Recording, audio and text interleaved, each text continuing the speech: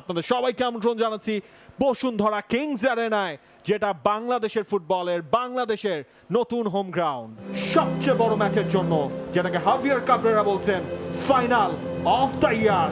Bashundhara Kings Arena প্রস্তুত। ওই 11 জন, এই দুটো লাইনের সাথেই কিন্তু বাংলাদেশের জামাল ভুঁইয়া, মালদ্বীপের ক্যাপ্টেন আলিফ আসির এই ম্যাচ অফিসিয়াল। বাংলাদেশকে ফার্স্ট লেগে এক্সট্রা টাইমে গোল এনে দেয়া সাদউদ্দিন, মিতুল মার্মা গোলকিপিং পজিশনটায়, সাদ লেফট ব্যাক শাকিল এবং Tariq Kazi centre back, Biswanath Ghosh right ব্যাকে, Hridoy, Jamal Bhuiyan. Team line up Maldives, captain Alif Asir, বাম দিকে হামজা, ডান দিকে রাইফ, এছাড়া মিডফিল্ডে আইশাম, নাইম, নিহান, এই তিনজন 4-3-3 ফরমেশনের। এবং নাও লেটস গেট স্টার্টেড। আলিফ আসির তিনি কিক স্টার্ট করেছেন, ফয়সাল আহমেদ ফাহিম একেবারে শুরুতেই চৌমেরে বলটা নিয়ে কিন্তু ঢুকে গিয়েছিলেন। ইব্রাহিম আইশাম শেষ মুহূর্তে কন্ট্রোলে নিয়েছেন বলটা। বলের দখল মালদ্বীপের কাছে, একটাই বদল দু দলের একাদশে যেটা বাংলাদেশ করেছে। সাদউদ্দিনের কথা নাবিল খান বলছিলেন, এই বদলটা আসলে কিভাবে দেখেন? গোল করেছেন সাদউদ্দিন, তবে তিনি কিন্তু ইসা ফয়সালের মতো ওই পজিশনে সবসময় আসলে খেলেন তা না। ক্যারিয়ারটা শুরু করেছিলেন ফরওয়ার্ড লাইনে এবং আবাহনীতে খেলার সময়কালীন তাকে কিন্তু ওই পজিশনে ফেরত যেতে হয়েছে, লেফট ব্যাক পজিশন কিছুটা হলেও ইমপ্রুভ করতে। তারিক কাজী সোফার তার নিজের কাজটা বেশ ভালোভাবে করছেন। লেফট ফ্ল্যাঙ্কে বাড়িয়ে দেয়া বল, তবে বলে পেস অনেকটা বেশি। ফয়সাল আহমেদ ফাহিম ঠিক এক মুহূর্তে বাড়িয়ে গেছে, বাংলাদেশের প্রথম গোল কিংস অ্যারেনায়। রাকিব কিস্টন খোলা এক্সপ্রেস বাংলাদেশকে দিয়ে দিল ম্যাচের এই আর্লি স্টেজে। আউটস্ট্যান্ডিং, পুরো গ্যালারি কিন্তু উল্লাসে মেতে উঠেছে ম্যাচের 11তম মিনিটে, যেই সময় আসলে রাকিবের গোল এবং সৃষ্টিকর্তার কাছে কৃতজ্ঞতা রাকিবের। সেলিব্রেশন বাংলাদেশ দলের। খানিকক্ষণ আগেই দেখুন যে বাড়িয়ে দেওয়া বলটা অনেকটা অ্যাডভান্টেজ পজিশনে ছিল, বাইলাইনের ঠিক কাছাকাছি জায়গা থেকে ফাহিমের পিন পয়েন্ট সেটআপ, এবং সেটআপটাই দেখুন লেফট ফুটেড সেটআপ। রাকিব বক্সের মধ্যে ছিলেন, তার মার্কার জামাল ভুঁইয়া, জামালের সেটআপ, তারপর ফয়সাল আহমেদ ফাহিম। টেকনিকটা ছিল বিউটিফুল, অনেকটা পোস্টের বাইরে ছাড়া ফাহিম রান নিয়ে ঢুকছিলেন, বল পাওয়ার সাথে সাথে কিন্তু তিনি অ্যাটেম্পটা নিয়েছিলেন। হুসেন শরীফ আরো একবার যদি দেখি জামাল ভুঁইয়ার পিন পয়েন্ট ক্রস, একেবারে শেষ মুহূর্তে তার মার্কার হাসান শিফাতকে ছিটকে ফেলে কিন্তু ঢুকে গিয়েছিলেন ফয়সাল আহমেদ ফাহিম। বলটা যেভাবে আসলে লাফিয়ে উঠেছিল, টাচটা বলিটা ঠিকঠাক হয়নি, তবে ক্রেডিটটা হুসেন শরীফকেও দিতে হয়, মাথাটা ঠান্ডা রেখেছেন, পাঞ্চ করে বলটা গোল লাইন। এবারে কিন্তু হামজা মোহাম্মদ তিনি এগিয়ে যাচ্ছেন, ভেতরে ঢুকে গেছেন, একজনকে কাটিয়েছেন, দুজনকে কাটিয়েছেন, শট নেওয়ার চেষ্টা, তিনজনকে কাটানোর চেষ্টা, শেষ মুহূর্তে আরো একবার ব্লক হয়ে গেছে, কোনো রকমে পার পেল টিম বাংলাদেশ। সেই হামজা, আলিফ আসির, তাদের উপরে কিন্তু ডিপেন্ড করছে অনেক কিছু। হামজা একজনকে কাটালেন, দুইজনকে কাটালেন, তিনজনকে কাটালেন, এরপর যে শট সেটা হৃদয়। আলিফ আসিরকে সহায়তা করতে, ম্যান বাড়াতে আসলে সহযোগিতা করছেন। অন্যদিকে রাকিব তিনি পেয়ে গেছেন, সুযোগ পেয়ে গেছেন, পোস্টেও প্লেস করেছিলেন রাকিব, একটু সময়ও নিয়েছিলেন, পোস্টে দেখলেন লেফট সাইডে একটা গ্যাপ রয়েছে, তবে সেই জায়গায় ক্রেডিটটা দিতে হবে হুসেন শরীফকে। তিনি তার বডিটাকে ওয়াইড করে রাকিবের সেই অ্যাটেম্পটা কিন্তু আটকে দিয়েছেন, মালদ্বীপের সেকেন্ড গোলটা কনসিড করার থেকে বাঁচিয়ে দিয়েছেন হৃদয়ের দারুণ একটা বল, সেখানে আহমেদ দোমান তিনি ক্লিয়ার করতে পারেননি। ও আনলাকি রাকিব। মাথাটা ঠান্ডা রাখতে পেরেছিলেন। এই ধরনের পজিশনে যখন আপনি জানেন যে আপনার কাছে হয়তো বলটা আসবে না, আপনি হয়তো বলটা এক্সপেক্ট করেননি, তখন যখন বলটা গ্রিপে চলে এসেছিল সেই সময় অন টার্গেট সাইডে হওয়ায় তখন কিন্তু ফাহিমও রান নিয়ে ভিতরে ঢুকছিল না, বিপদের কারণ হবে কিনা হামজা, এখনো তার কন্ট্রোলে মিতুল মার্মা। খানিকক্ষণ আগে এক অভিষিক্ত লাস্ট ম্যাচে যার অভিষেক হয়েছে শাকিল, তার হেডে ক্লিয়ার হলো, এইবার হামজার যেই বুলেট গতির শট হৃদয় দিয়েছেন সামনে, জামালকে বক্সের ভেতর। আবারও মানে ফাহিমকে আমরা দেখেছিলাম শুরুতে যেরকম একটা ট্রাই করতে, এবার রাকিব সেটা করলেন। বলটা গোলপোস্টও সম্ভবত লেগেছে। জামাল ডান দিক থেকে বারে বারে কিন্তু পারফেক্ট সেট আপ করবার চেষ্টা, দুটা ভালো ক্রস জামালের কাছ থেকে আমরা দেখেছি। রাকিব পার পোস্টে অনেকখানি স্পেস পেয়েছিলেন, ডান পায়ে শটটাও রেখেছিলেন পোস্টে, তবে গতিটা আসলে ছিল না। শাকিল মাত্র ঢুকেছেন, এবারে কিন্তু একটা বিপদের সম্ভাবনা, গোল হয়ে গেল, একটা গোল শোধ করে ফেললো মালদ্বীপস।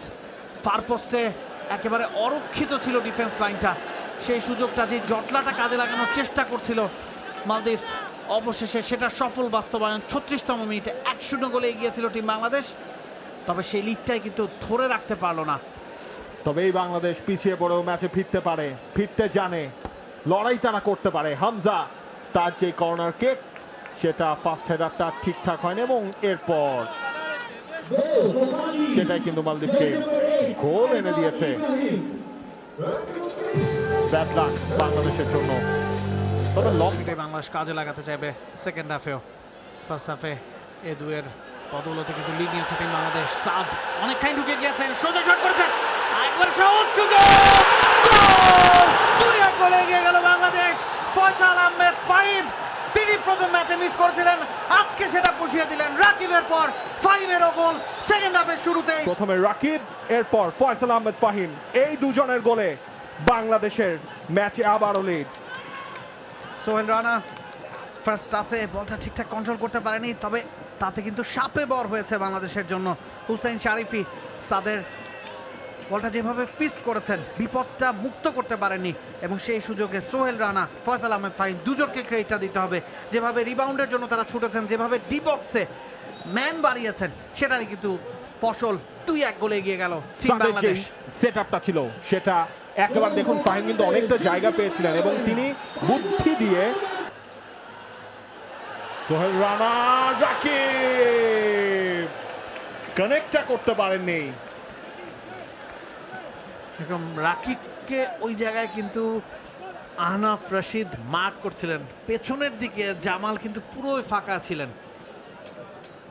একটু যদি সিগন্যাল পাওয়া যেত রাকিবের কাছ থেকে, জামাল পেছনে আছেন, সেটা যদি তিনি বুঝতে পারতেন, সেক্ষেত্রে কিন্তু জামাল একেবারে ফ্রি একটা শট নেওয়ার অবস্থায় চলে যেতে পারতেন। যাই হোক, 2-1 ব্যবধানে বাংলাদেশ এগিয়ে আছে, সেই লিডটাই ধরে রাখতে হবে হাবিয়ার ক্যাবরেরার শিষ্যদের। হাইশাম হাসান, তিনি ব্যথা পেয়েছেন, কার্ড তিনি কনসিড করেছেন শেষ মুহূর্তে হেভি ট্যাকেল, হেভি চ্যালেঞ্জ, এবং সে কারণে বাংলাদেশ কিন্তু বারে বারেই আসলে প্রতিবাদ করছে। ওয়াজ ইট আ রেড কার্ড, ওয়াজ ইট আ double yellow challenge?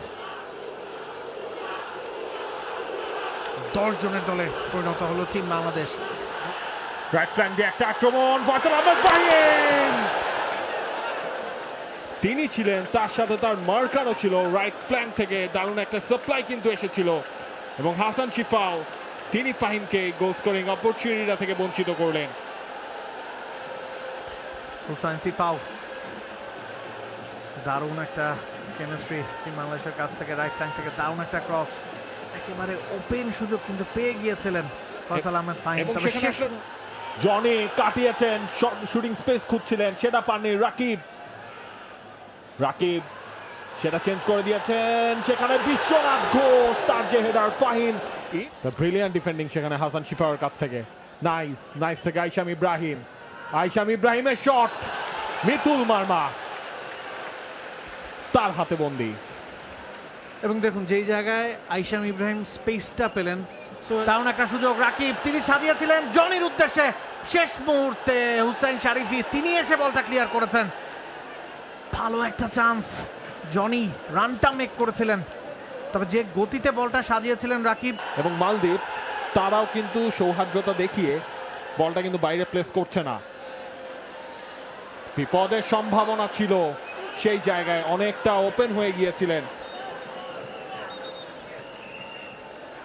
Head injury ছাড়া প্লেয়াররা কিন্তু নিচে নেমে আসছে। বলটা দখলে রাখা প্রয়োজন, বলের কন্ট্রোলটা রাখা প্রয়োজন, বল পজিশন রাখা প্রয়োজন। জনি একজনকে কাটিয়েছেন, শেষ মুহূর্তে তাকে ফাউল।